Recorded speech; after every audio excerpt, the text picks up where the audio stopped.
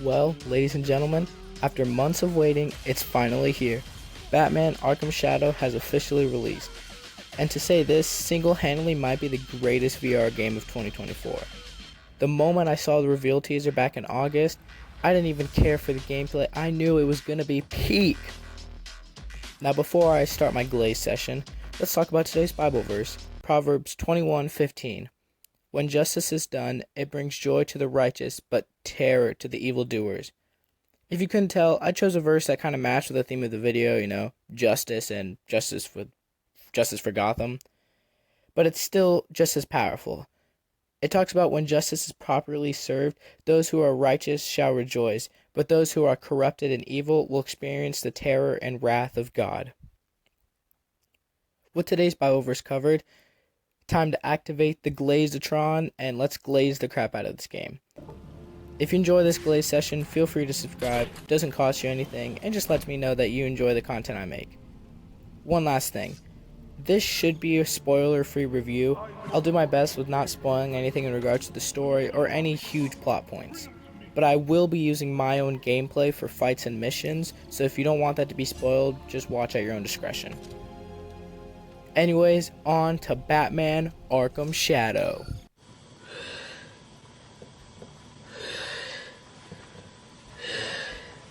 Max, what do you want for dinner? Justice. Man, I'm not even for sure where to begin, but I think I'll start with the story or main premise of the game. Basically, the main super baddie of the game is the Rat King, who is responsible for all chaos and stuff that happened on the 4th of July, and later on has a plan called the Day of Wrath, which as you play the game, the timer slowly ticks down to the Day of Wrath. The game is set between Arkham Origins and Arkham Asylum, and the Bruce Wayne in this game is younger and a more confident version of Batman. The story is actually really interesting, and not once did I feel bored or try to skip a cutscene or dialogue. Now moving on to the combat itself. I might be glazing again here, but this might be the greatest hand-to-hand combat I've ever seen in a game. Being able to physically dodge the enemy's punches and attacks make it feel so immersive. The punching and combos are so satisfying, especially when you hit a combo just right and feel the satisfaction of shattering a crook's knee. It took me a bit to get used to for the arrows, as you have to punch with the correct hand and direction to get that combo, or else you lose the combo streak.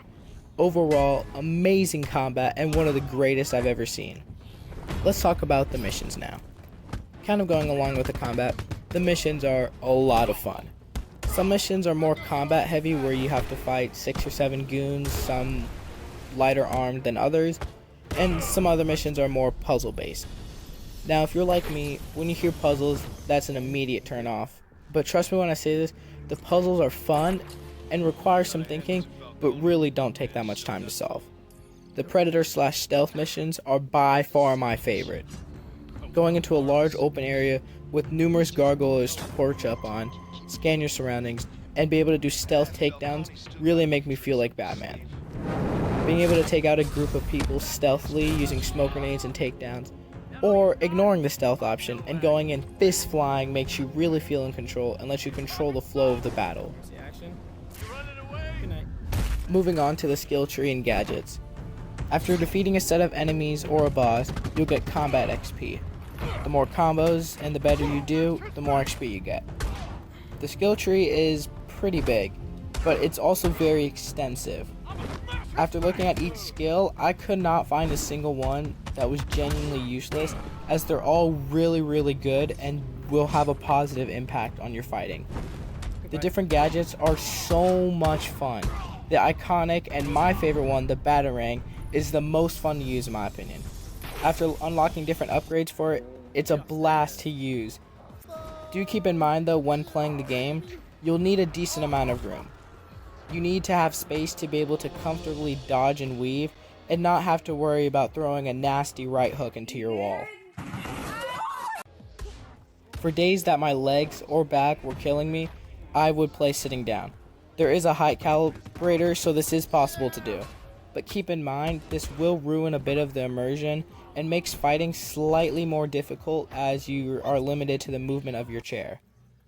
A little minor gripe that I had And this might just be for me and maybe a skill issue, but on numerous occasions when I would enter an area and a checkpoint would save, or during like a character monologue of some sort, my game would immediately crash. Hopefully in the upcoming patch this will be fixed. Batman Arkham Shadow is honestly a serious contender for Game of the Year. It might sound wild, but I genuinely can't think of any other game that matches up to its level. As someone who usually sticks to FPS games, the excitement I felt while waiting for the game to install and the thrill of playing it for the first time was absolutely unbelievable. If you're wondering if it's worth getting a Quest 3 or Quest 3S just for this game, my answer would be a definite yes. And if you already own a Quest 3 or Quest 3S, dropping $50 on this game is 100% worth it. Other than the price of the game, there should be no solid reason on why you don't get this game. You need to really consider getting this game, as if you don't, you are missing out. I've been having an absolute blast. I'm only about 33% of the campaign, and I've spent over 6 hours on this game. Be sure to check out Batman Arkham Shadow.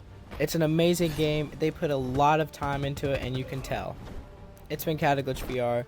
Peace out. God loves you.